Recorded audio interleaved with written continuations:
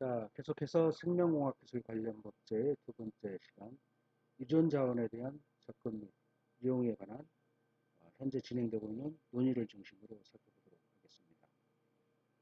앞에서 우리가 살펴본 바와 같이 생명공학 분야는 식물 자원을 이용하고 또 서로 다른 동물 종류의 유전자 재조합을 이용한 새로운 종류의 동물의 출현, 또 유전공학의 위험성과 유용성, 유전자원의 접근과 배분, 생물학적 다양성 등 매우 복잡하고 다양한 문제들이 존재함을 알 수가 있었습니다. 이 중에서도 특히 이제 유전자원에 대한 가치가 높아지면서 유전자원 제공국가를 상업적으로 활용하려는 기업이 속한 유전자원 이용국 간의 유전자원에 대한 접근 및 이익 공유의 문제가 대두되고 있습니다. 특히 이제 2010년 일본 나고야에서 개최된 생물 다양성 협약의 체약국총회에서 유전자원에 대한 접근 및 이익 공유에 대한 나고야 의정서를 채택하였습니다. 이 나고야 의정서에서 중요한 문제는 주로 이제 개발도상국이 중심인 유전자원 제공국과 또 주로 선진국으로 구성된 유전자원 이용국 사이의 생물 유전자원에 대한 공유 방식을 정하는 것이었습니다. 이제 유전자원 제공국과 이제 유전자원 이용국 사이에 서로 간에 성공적으로 합의가 이루어진다면은 유전자원 제공국의 경우에는 자기 나라의 유전 자원으로 인한 국가의 수입이 증대되고 또 경제가 성장할 수가 있고 또 유전자원 이용국의 경우에도 이러한 유전자원 제공국의 풍부한 생물 유전자원을 이용해서 자국의 기술로 사회에 유용한 물질로 개발함으로써 이윤 창출이 이제 가능하게 된다는 것을 확인할 수가 있습니다. 우리가 잘 아는 바와 같이 예컨대 이제 우리나라에서 사용하고 있는 그 화장품이나 제약 분야 이런 원료들은 대부분 이제 중국에서 들여오는 것으로 알려지고 있습니다. 즉 이런 중국에서 들여오는 원료는 원료 이제 수입 대금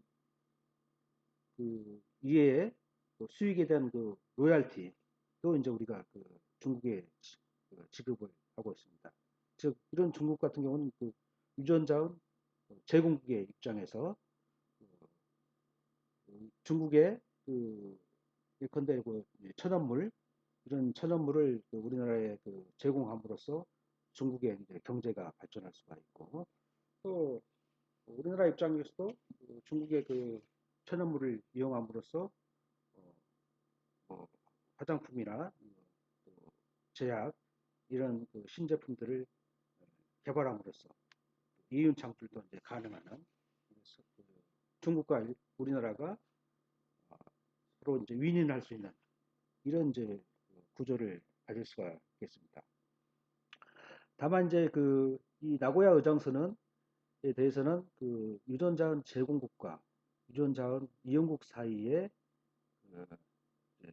다양한 몇 가지 점에서 이제 시각차가 존재하고 있고 또 여전히 이제 갈등이 존재하고 있습니다.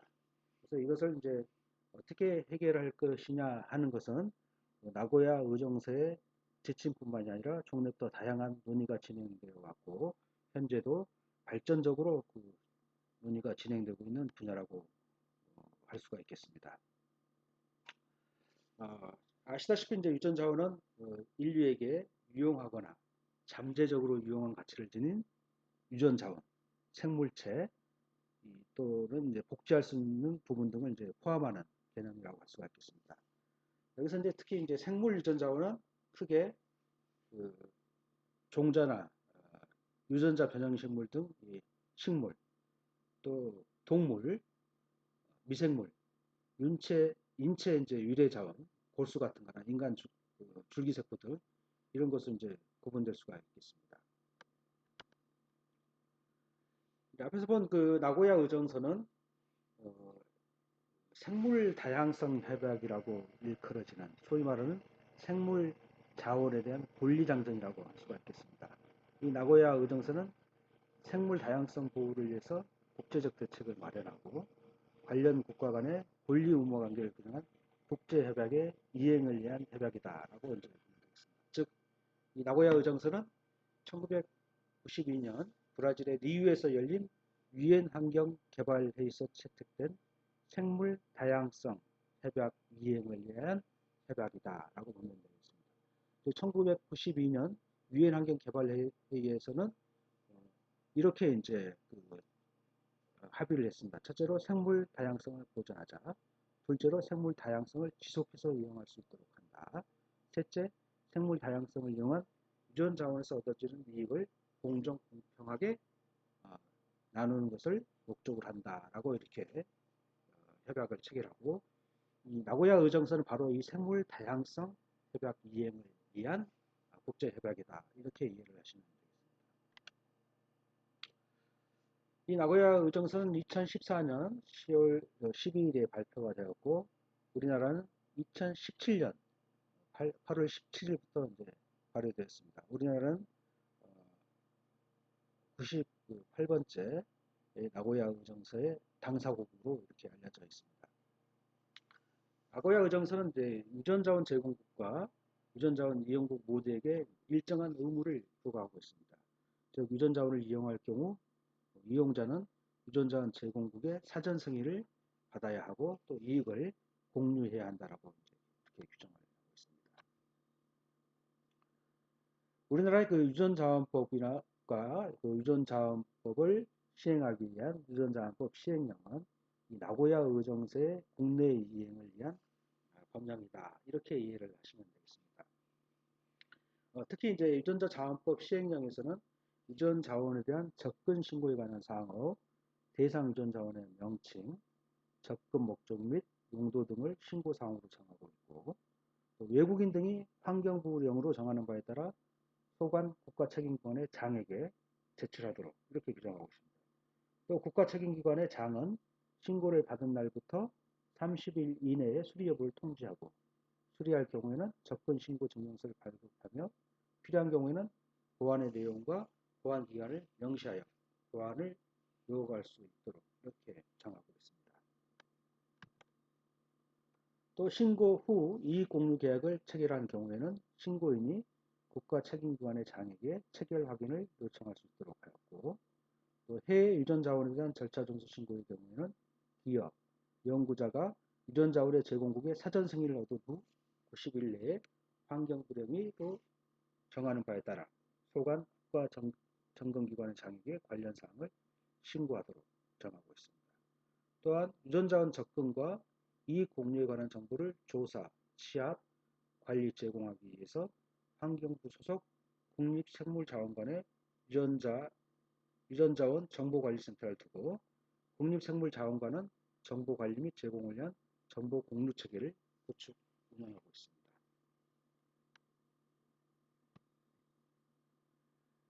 유전자원 정보관리센터에서는 정보관리 이외에 국가책임기관 등 나고야 의정서 관련 기관의 업무를 지원하고, 산학회 등의 나고야 의정서 인식 제고를 위한 홍보 등의 업무를 수행하고 있습니다. 또 국가책임기관의 업무로는 국내 유전자원 등에 대한 이용 현황과 이익 공유 합의의 체결 확인 및 이행 현황에 관한 조사 관리를 규정하여 생물 주권을 강화하고, 관계부처 간의 원활한 업무 협의를 위해 협의회 구성 운영에 관한 규정을 두고 있습니다.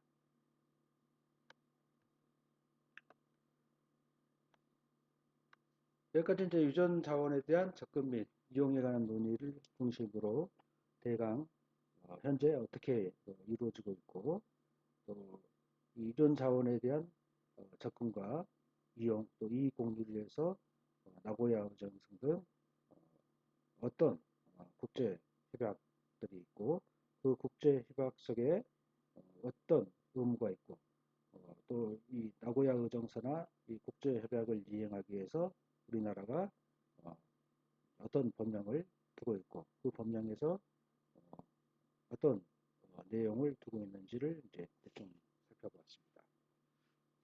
이러한 이제 유전 자원에 대한 다양한 논의는 여전히 현재도 이제 진행형이다, 이렇게 이제 이해를 할 수가 있겠습니다. 최근에 이제 잘 아신 바와 같이 다양한 이제 환경 변화로 인해서 특히 이제 식물 유전 자원의 다양성이 급격히 감소하고 있고, 이에 따라서 유전 자원 확보의 중요성이 점점 증대되고 있다라는 것은 이제 우리가 익히 알고 있는 사항입니다. 특히 이제 이에 따라서 이제 그 선진국 같은 경우에는 유전 자원 그 센터 같은 것을 확보해서 다수의 식물 유전 자원 보존에 노력을 기울이고 있을 뿐만이 아니라 이 식물 유전 자원을 앞으로 어떻게 지속 가능한 농업이나 또 식품 영양이나 또 식품 안전에 어떤 그 역할을 부여할 것인가 하는 것에 대해서 많은 그 연구를 진척시키고 있다라고 우리가 이제 확인할 수가 있습니다. 최근에는 특히 이제 분자생물학 기술의 발달로 다양한 그 식물의 그 유전자형이나 표준형 뭐라고 이제 표현형이라고 그런 표현을 쓰던데요. 유전자형, 표현형 분석이 용이해짐에 따라서 이제 효율적인 식물 유전자 원료 확보가 이제 가능할 것으로 이렇게 이제 예측이 되고 있습니다. 특히 이제 1960년대에 그 녹색혁명을 통해서 식량 자원의 유전적 다양성의 획일화에 대한 가능성이 이제 대두된 바가 있고, 그에 따라서 이제 유전적 다양성 확보를 위한 다양한 노력이 이제 범국가적으로 진행되어 왔습니다. 이후 이제 국가별로 또는 국제적으로 범국가별 그 식물 유전자 확보에 대한 다양한 이제 보완책이 제시되고 실행되고 있습니다. 우리나라에서도 이제 농촌진흥청 이런 또 국립 생명공학원이나 또그 농업과학원 같은 이런 데에서 이제 농업 유전자원 또 유전자원을 어떻게 이제 이용할 것인가, 관리할 것인가에 대한 다양한 그 시스템, 이런 그 체계를 갖추고 있다, 이렇게 말씀드릴 수가 있겠습니다. 우리나라는 그 2019년 2019년 기준으로 해서 약 30만 그